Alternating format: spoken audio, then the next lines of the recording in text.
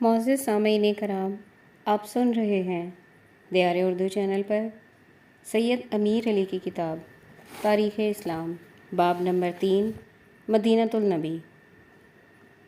یثرب کے لوگوں نے حضور صلی اللہ علیہ وآلہ وسلم اور آپ کے مہاجر ساتھیوں کا بڑے تپاک سے خیر مقدم کیا۔ مہاجر اپنے دین کی خاطر اپنے گھروں کو چھوڑ کر آئے تھے۔ یثرب کا نام تبدیل ہو کر مدینۃ النبی، جو بعد میں اختصار کے طور پر مدینہ مشہور ہوا، اب تک اس شہر کا نام یہی ہے۔ مدینے میں اینٹوں اور گارے کی ایک مسجد بنائی گئی تھی۔ اس مسجد کی چھت کھجور کے پتوں کی تھی۔ اس عبادت گاہ کی تعمیر کرنے میں حضور صلی اللہ علیہ وآلہ وسلم نے خود بھی حصہ لیا۔ یہیں آپ صلی اللہ علیہ وآلہ وسلم نے اپنے سادہ اور آسان دین کی اشاعت شروع کی۔ آپ ایک طرف لوگوں کے دلوں پر اللہ تعالیٰ کی عظمت اور اس کی رحم دلی کا سکہ جماتے، اور دوسری طرف اخلاقی ضوابط کی پابندی، باہمی اخوت، بچوں سے شفقت اور بیواؤں، یتیموں اور بے زبان جانوروں سے نرمی اور محبت کا سلوک کرنے کی تلقین کرتے۔ اس زمانے میں مدینے میں 2 بڑے قبیلے آباد تھے۔ ان قبیلوں میں باہمی لڑائی رہتی تھی۔ آپ نے ہر قسم کے قبائلی امتیازات کو ختم کر دیا اور مدینے کے رہنے والوں کو انصار یعنی مدد کرنے والے کا لقب دیا۔ جو مکے کو چھوڑ کر مدینے چلے آئے تھے مہاجرین کہلائے۔ ہم جس زمانے کا ذکر کر رہے ہیں، اس زمانے میں عرب کے کسی بھی شہر میں قانون کا دور دورہ نہ تھا۔ قبائل میں باہمی خانہ جنگی تھی۔ ملک کا ملک غیر آئینی کشمکش میں مبتلا تھا۔ حضور صلی اللہ علیہ وآلہ وسلم نے سب سے پہلے مدینے میں امن و امان قائم کیا اور صحیح بنیادوں پر ایک دولت مشترکہ کی بنیاد رکھی۔ اس مقصد کے لیے آپ نے ایک فرمان جاری کیا جس کی روح سے خون ریزی اور بد امنی بند کر دی گئی۔ یہودیوں کو مساوی حقوق دیے گئے۔ مدینے اور اس کے نواح میں یہودیوں کی کافی آبادی تھی۔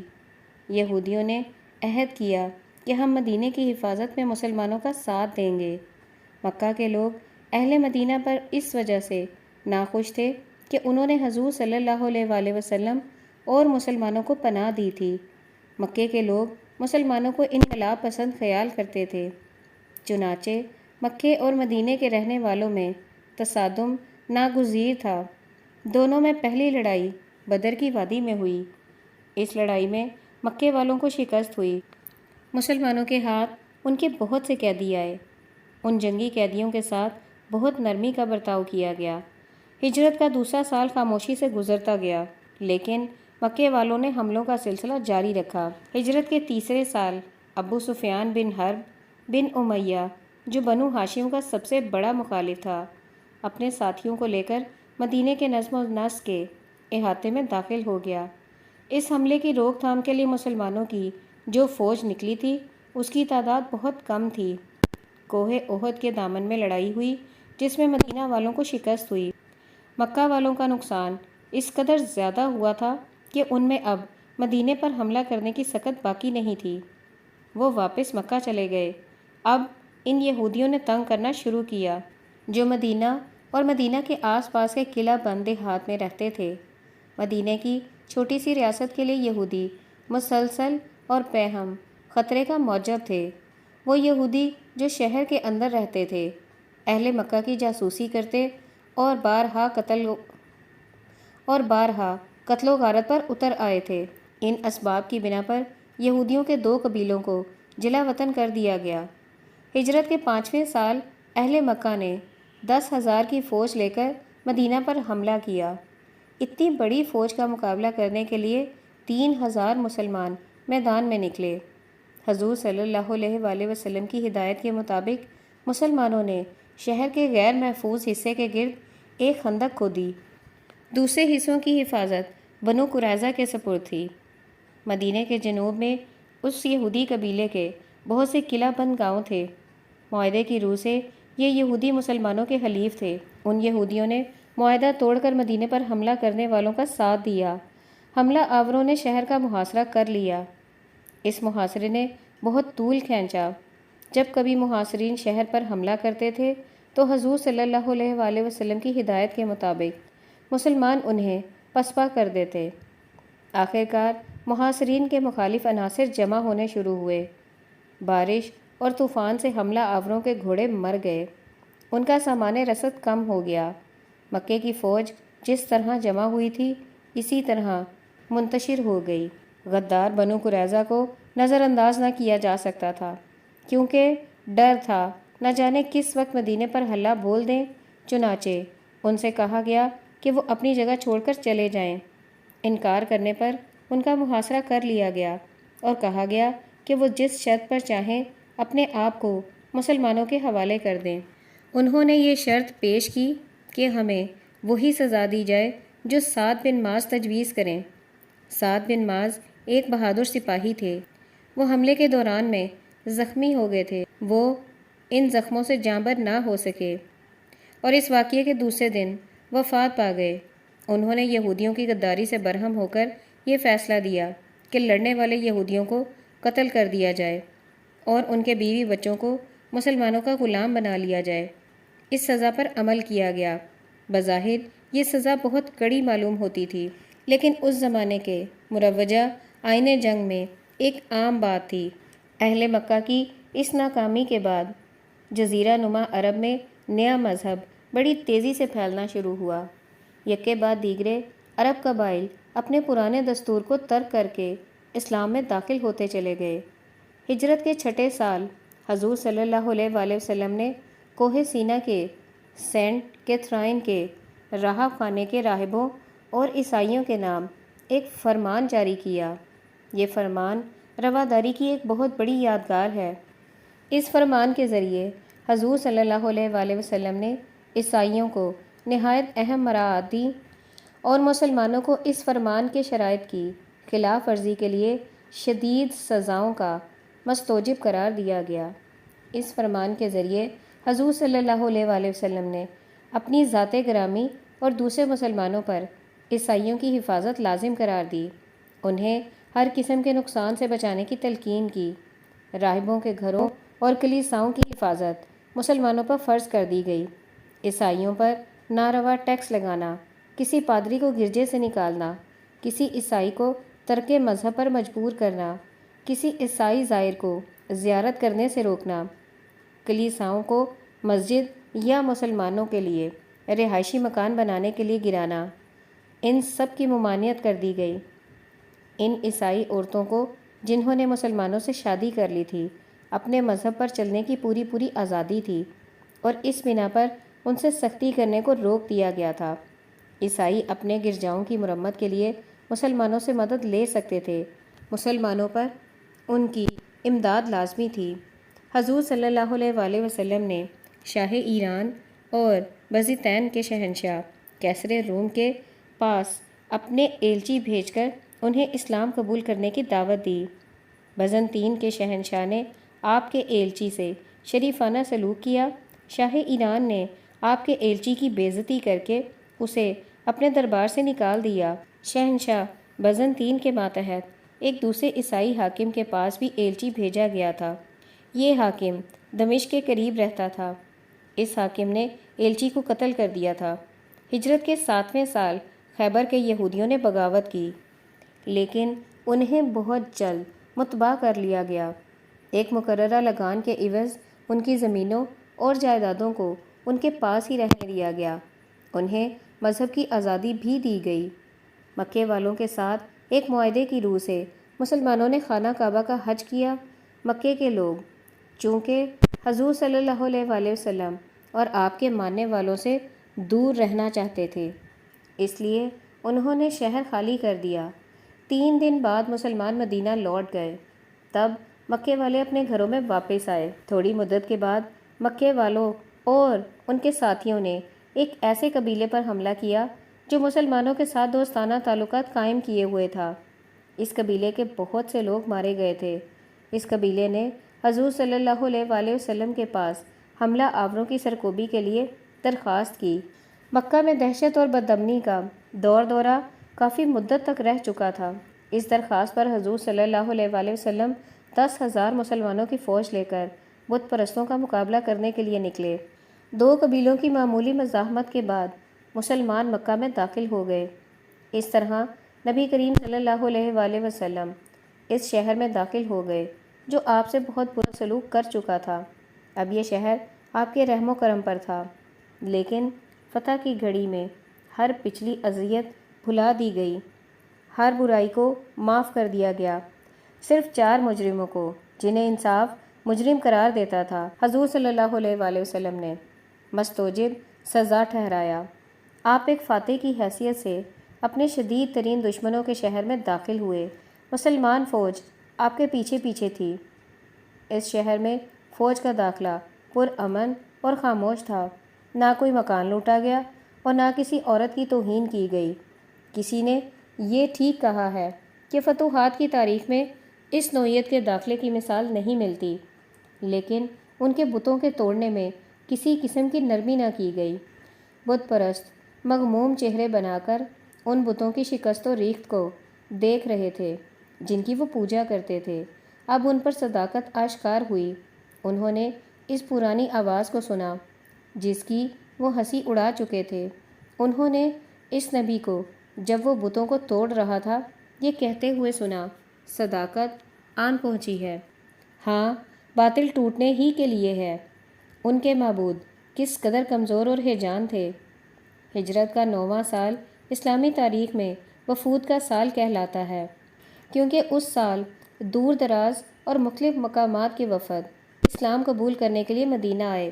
صحابہ کرام اور مدینہ کے بڑے بڑے لوگوں نے حضور صلی اللہ علیہ وآلہ وسلم کے فرمان کے مطابق ان وفود کے ارکان کو اپنے گھروں میں جگہ دی اور عربوں کی روایتی مہمان نوازی سے ان کا خیر مقدم کیا۔ روانگی کے وقت ان وفود کو زادِ راہ اور تحائف پیش کیے جاتے۔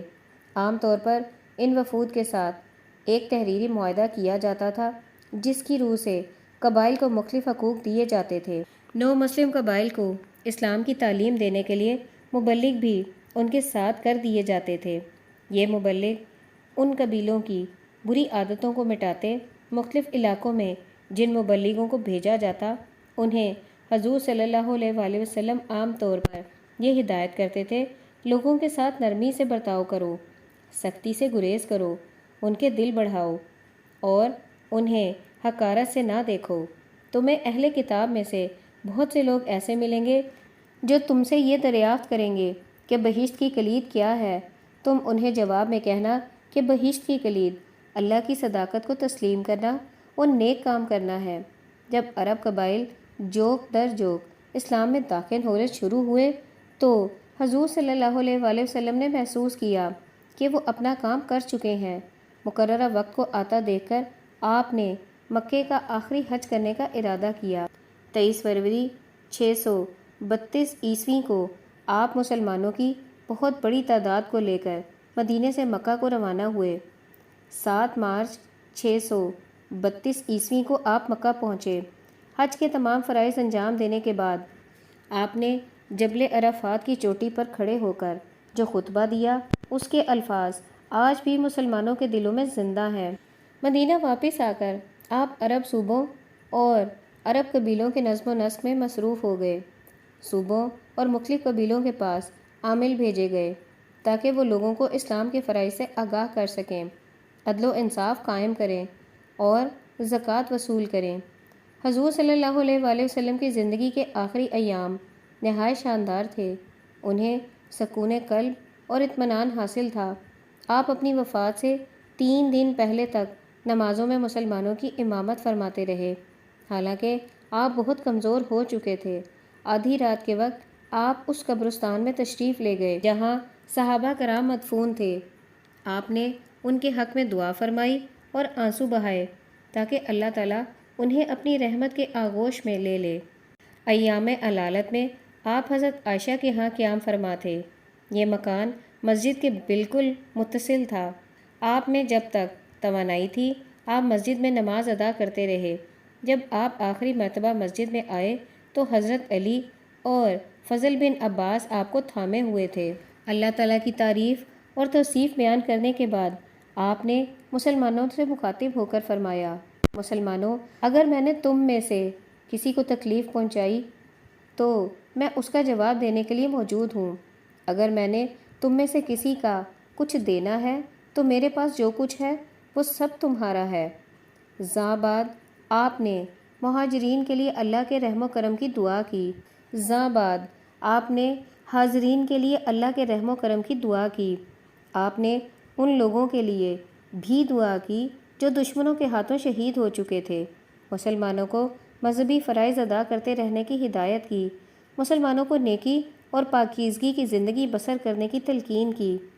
8 جون 632 عیسوی کو جبکہ آپ صلی اللہ علیہ وآلہ وسلم آہستہ آہستہ اللہ کی یاد میں مصروف تھے تو آپ کی روح مبارک کو وصال نصیب ہوا۔ حضور صلی اللہ علیہ وآلہ وسلم نے 10 سال تک اسلام کی دولت مشترکہ کی صدارت کی۔ اس دور میں عربوں کی سیرت میں نمایاں تبدیلی واقع ہو چکی تھی۔ مختلف شہروں اور قبیلوں میں داخلی اور قبائلی جھگڑے چکانے کے لیے جو مبلغ بھیجے گئے، اس سے پرانے زمانے کے ذاتی انتقام کا رواج مٹ گیا۔ تجارت اور کاروبار کے لیے راہیں کھل گئیں۔ طرز زندگی اور لباس میں خاص کر عورتوں کے خاص تبدیلی واقع ہوئی۔ ملحدانہ آزادیوں کو روک دیا گیا۔ عادات و اطوار نے خوشگوار صورت اختیار کی۔ قمار بازی اور شراب نوشی ممنوع قرار دی گئی۔ اس سے پیشتر گھروں میں کسی قسم کا تخلیہ نہیں ہوتا تھا۔ اب گھروں میں عورتوں کے لیے الگ کمرے مقرر کیے جانے لگے۔ باب نمبر 4 خلافت راشدہ۔ مسلمانوں کے دلوں میں حضور صلی اللہ علیہ وآلہ وسلم کے لیے جو عقیدت پیدا ہو چکی تھی، اس کا اندازہ اس بات سے لگایا جا سکتا ہے کہ آپ کی وفات کا کسی کو یقین نہیں آتا تھا۔ لوگ اس بات کو سمجھ ہی نہیں سکتے تھے کہ جس ہستی نے چند سالوں میں عرب کی ساری حیت کو بدل دیا تھا، وہ کیوں کر اس آئین فطرت کے تابع ہو سکتی ہے جو عام لوگوں پر حکمران ہے۔ اگر حضور صلی اللہ علیہ وآلہ وسلم تاریخی ایام کے ابتدائی دور میں ہوتے یا آپ کے اپنی ذات گرامی کے بارے میں کہے ہوئے الفاظ دنیا کے بڑے لوگوں کی طرح کسی قدر کم عقلیت پر مبنی ہوتے تو انہیں بھی خدائی درجہ دے دیا جاتا۔ لوگوں میں جو ہیکلی پیدا ہو چکی ہے اسے حضرت ابو بکر نے دبایا۔ بعض لوگ یہ خیال کرتے تھے کہ حضور صلی اللہ علیہ وآلہ وسلم پر غشی کا عالم طاری ہے، لیکن حضرت ابو بکر رضی اللہ تعالیٰ عنہ نے لوگوں کو یقین دلایا کہ ہمارے ہادی اس دنیا سے رخصت ہو چکے ہیں۔ آپ نے مسلمانوں کے اجتماع میں تقریر کرتے ہوئے فرمایا، مسلمانوں، اگر آپ حضرت محمد صلی اللہ علیہ وآلہ وسلم کی عبادت کرتے تھے تو سمجھ لو کہ حضور صلی اللہ علیہ وآلہ وسلم کا وصال ہو چکا ہے، اور اگر آپ اللہ کی عبادت کرتے ہیں تو سمجھ لو کہ اللہ زندہ ہے، وہ کبھی نہیں مرتا۔ قرآن کی اس آیت کو کبھی نہ بھولو۔ محمد تمہاری طرح انسان ہے جنہیں رسول بنا کر بھیجا گیا ہے۔ آپ سے پہلے کئی رسول آئے اور وفات پا گئے، اور نہ اس آیت کو بھولو۔ محمد صلی اللہ علیہ وآلہ وسلم تمہیں بھی ان لوگوں کی طرح دنیا سے رخصت ہونا پڑے گا جو تم سے پہلے تھے۔ لوگوں کے اجتماع سے گریہ و بکا کا شور اٹھا کہ ان کے ہادی اس دنیا سے رخصت ہو گئے ہیں۔ اب حضور صلی اللہ علیہ وآلہ وسلم کے خلیفہ کا مسئلہ درپیش تھا، آپ کا جانشین کون ہو؟ حضور صلی اللہ علیہ وآلہ وسلم کئی بار حضرت علی کو اپنا جانشین بنائے جانے کا خیال ظاہر کر چکے تھے، لیکن آپ نے اپنی جانشینی کے لیے کوئی قطعی اصول وضع نہیں کیا تھا۔ اس سبب سے انفرادی کوششیں وجود میں آنے لگیں جو اسلام کے مفاد کے منافی تھیں، اور جنہوں نے آگے چل کر قبائلی جنگوں اور مذہبی فرقہ بندیوں کو پیدا کیا۔ اگر حضرت علی کو حضور صلی اللہ علیہ وآلہ وسلم کا جانشین تسلیم کر لیا جاتا تو وہ تباہ کن دوادی پیدا نہ ہوتے جن کے سبب اسلامی دنیا میں بہت زیادہ خون بہایا گیا۔ عربوں میں قبیلہ کی سرداری موروثی نہیں بلکہ انتخابی ہوتی ہے۔ عام حق رائے دہی کی انتہائی صورت پر عمل کیا جاتا ہے۔ سردار کے چنے جانے میں قبیلے کے ہر ممبر کی آواز ہوتی ہے۔ یہ انتخاب متونی سردار کے خاندان کے زندہ ارکان کی بزرگی کی بنا پر ہوتا ہے۔ یہی پرانی قبائلی رسم حضور صلی اللہ علیہ وآلہ وسلم کی جانشینی میں عمل میں لائی گئی، کیونکہ حالات کی نزاکت کا یہ تقاضا تھا کہ اس مسئلے میں تاخیر نہ کی جائے۔ جب حضرت ابو بکر اپنی زندگی اور اپنے اثر کے سبب حضور صلی اللہ علیہ وآلہ وسلم کے جانشین منتخب کر لیے گئے۔ آپ کی دانائی اور اعتدال پسندی مسلم تھی۔ آپ کے انتخاب کو حضرت علی اور حضور صلی اللہ علیہ وآلہ وسلم کے خاندان کے افراد نے تسلیم کر لیا۔ جب مسلمانوں کی اکثریت آپ کے ہاتھ پر بیعت کر چکی تو آپ نے ایک تقریر کرتے ہوئے کہا، مجھے دیکھو، میری طرف دیکھو، جس کے سپرد حکومت کا کام کیا جا چکا ہے۔ میں تم میں سب سے افضل نہیں، مجھے تم سب کے مشورے اور مدد کی ضرورت ہے۔ اگر میں اچھا کام کروں تو میری تائید کرو، اور اگر میں غلطی کروں تو مجھے مشورہ دو۔ جس شخص کے سپرد حکومت کا کام ہو، اس سے سچی بات کہنا عین ایمان ہے، اس سے سچی بات چھپانا بغاوت ہے۔ میری نگاہ میں طاقتور اور کمزور برابر ہیں، میں دونوں کے بارے میں عدل کروں گا۔ جب تک میں اللہ اور اس کے رسول کی اطاعت کرتا ہوں، اس وقت تک میری اطاعت کرو۔ اگر میں اللہ اور اس کے رسول کے احکام کو نہ مانوں تو مجھے تمہاری اطاعت کا کوئی حق نہیں۔ جو ہی حضور صلی اللہ علیہ وآلہ وسلم کے وصال کی اطلاع عرب کے دور دراز علاقوں میں پہنچی تو بغاوت کی آگ بھڑک اٹھی۔ مسلمانوں کو اس صورت حالات سے بڑی تشویش ہوئی۔ بعض قبیلے جنہوں نے بت پرستی کو ابھی ابھی ترک کیا تھا، دوبارہ بری عادتوں میں گرفتار ہو گئے۔ حضور صلی اللہ علیہ وآلہ وسلم کی زندگی ہی میں لوگ نبوت کے جھوٹے دعوے کر چکے تھے۔ اب ان لوگوں نے مسلمانوں کو تنگ کرنا شروع کر دیا۔ تھوڑی دیر میں اسلام تقریباً مدینے کی حدود میں سمٹ کر رہ گیا۔ ایک مرتبہ پھر سارے جزیرہ نما کی فوجوں سے لڑنا پڑا۔ ان قبیلوں کی بغاوت کے دو سبب تھے۔ اول یہ کہ اسلام نے اخلاق کے سخت قوانین وضع کر دیے تھے۔ دوسرا یہ قبائل زکوٰۃ، غریبوں کی امداد کے لیے ٹیکس سے منکر ہو چکے تھے۔ مسلمان اگرچہ چاروں طرف سے گھرے ہوئے تھے، لیکن ان کے حوصلے بلند تھے۔ وہ ایمان اور جوش کے بل پر پھر ایک بار ابھرے۔ حضور صلی اللہ علیہ وآلہ وسلم کی تلقین کے بعد سب سے پہلے حضرت ابو بکر نے نظم و نسق کی طرف توجہ دی اور باغیوں سے مقابلے کی تیاریاں شروع کر دیں۔ حضور صلی اللہ علیہ وآلہ وسلم نے اپنے وصال سے تھوڑی مدت پہلے شام پر فوج کشی کے حکام جاری کیے تھے تاکہ مسلمان ایلچی کے قتل کا انتقام لیا جائے۔ اس مقصد کے لیے مدینے کے قرب و جوار میں فوجیں جمع ہونا شروع ہو گئی تھیں۔ اب یہ مہم دوگنا ضروری بن چکی تھی، کیونکہ جنگ موتا میں مسلمانوں کی شکست کے بعد شمالی عرب کے قبائل بغاوت پر اتر آئے تھے۔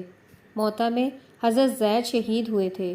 اپنے آقا و مولا کی آخری خواہش پر عمل کرنے اور شمالی سرحد پر امن قائم کرنے کے لیے حضرت ابو بکر نے، جو خود عداوتوں میں گھرے ہوئے تھے، سمیت بہت جلد شام جانے کے لیے کہا۔ اب دوسرا جرنیل مسنا چھوٹی سی فوج کے ساتھ ایرانیوں کی بڑی فوج کا مقابلہ کرنے کے لیے باقی رہ گیا تھا۔ مسنا نے اپنے ہراول دستوں کی پیش قدمی روکتے ہوئے بڑی تیزی سے مدینے کی راہ لی تاکہ مزید کمک بھیجنے کے لیے کہے، لیکن اس وقت حضرت ابو بکر کا انتقال ہو چکا تھا۔ حضرت ابو بکر صرف 2 سال 6 مہینے حکومت کرنے کے بعد 26 جمادی الثانی 13 ہجری کو اس دنیا سے چل بسے۔ آپ کے متعلق کہا گیا ہے کہ آپ بہت وجیح تھے۔ آپ کا چہرہ دبلا اور بدن چھریرا تھا۔ عمر کے تقاضے سے آپ کی کمر خمیدہ ہو گئی تھی۔ اسلام قبول کرنے سے پہلے قریش پر آپ کو بہت زیادہ اقتدار حاصل تھا۔ آپ قریش کے بڑے بڑے قاضیوں میں تھے۔ آپ اپنی دولت اور سرداری کے سبب مکہ میں بہت ممتاز تھے۔ اپنے ہادی صلی اللہ علیہ وآلہ وسلم کی طرح آپ کی عادات بہت سادہ تھیں۔ آپ نرم دل مگر مستقل مزاج تھے۔ آپ نے اپنی تمام قوتوں کو نئی مملکت کے نظم و نسق اور لوگوں کی بھلائی پر صرف کیا۔ آپ رات کے وقت کنگالوں اور بے کسوں کی امداد کے لیے مدینے کے گلی کوچوں میں گھومتے۔ اپنے انتخاب کے بعد تھوڑی مدت تک آپ اپنی ذاتی آمدنی سے اپنے اخراجات کی کفالت کرتے رہے۔ چونکہ خلافت کے فرائض کے لیے زیادہ وقت نہیں نکال سکتے تھے، اس لیے آپ نے بیت المال سے 6000 درہم سالانہ لینے منظور کر لیے۔ زندگی کے آخری لمحات میں آپ کو بیت المال سے روپیہ لینے کا اتنا رنج ہوا کہ آپ نے اپنی جائیداد کے ایک حصے کو فروخت کرنے کا حکم دے دیا تاکہ اس سے وہ رقم بیت المال میں داخل کرائی جا سکے جو آپ وہاں سے لے چکے تھے۔ یہ تھی وہ سادہ اور دیانت جو حضور صلی اللہ علیہ وآلہ وسلم کے ابتدائی عقیدہ مندوں کا خاصہ تھی۔ اپنی وفات سے پیشتر حضرت ابو بکر صدیق رضی اللہ تعالیٰ عنہ نے حضرت عمر رضی اللہ تعالیٰ عنہ کو اپنا جانشین نامزد کیا، لیکن آپ کی جانشینی کو مسلمانوں نے تسلیم کر لیا۔ اپنی وفات سے پیشتر حضرت ابو بکر نے حضرت عمر رضی اللہ تعالیٰ عنہ کو اپنا جانشین نامزد کیا، آپ کی جانشینی کو مسلمانوں نے تسلیم کر لیا۔ حضرت عمر رضی اللہ تعالیٰ عنہ کے خلیفہ نامزد کیے جانے سے اسلام کو بہت زیادہ فروغ حاصل ہوا۔ آپ بلند اخلاق کے سختی سے پابند تھے۔ آپ بھی عدل و انصاف کے حامی، توانا اور بلند سیرت کے مالک تھے۔ عرب کے اندرونی نظم و نسق کی نئی تنظیم کے بعد آپ کا سب سے پہلا کام یہ تھا کہ آپ نے مسنا کو کمک بھیجی۔ یہ کمان ابو عبیدہ کے ہاتھ میں تھی، جنہوں نے میدان جنگ میں پہنچ کر سارے محاذ کی کمان سنبھال لی۔ مسنا کے مشوروں پر عمل نہ کرتے ہوئے ابو عبیدہ نے ایرانیوں سے ایک ایسے مقام پر لڑائی شروع کر دی جہاں عرب فوج کے لیے مقابلہ کرنے کا کوئی امکان نہ تھا۔ عربوں کو سخت شکست ہوئی، ابو عبیدہ بھی لڑائی میں شہید ہوئے۔ ایرانیوں سے اس فتح سے پھر بھی کوئی فائدہ نہ اٹھایا اور آخرکار مسنا کی عسکری قابلیت نے ایرانیوں کو شکست دی۔ یہ لڑائی فرات کی مغربی شاخ پر ابواب کے مقام پر لڑی گئی۔ مسنا پھر سارے علاقے کو فتح کر کے چرا میں داخل ہوا۔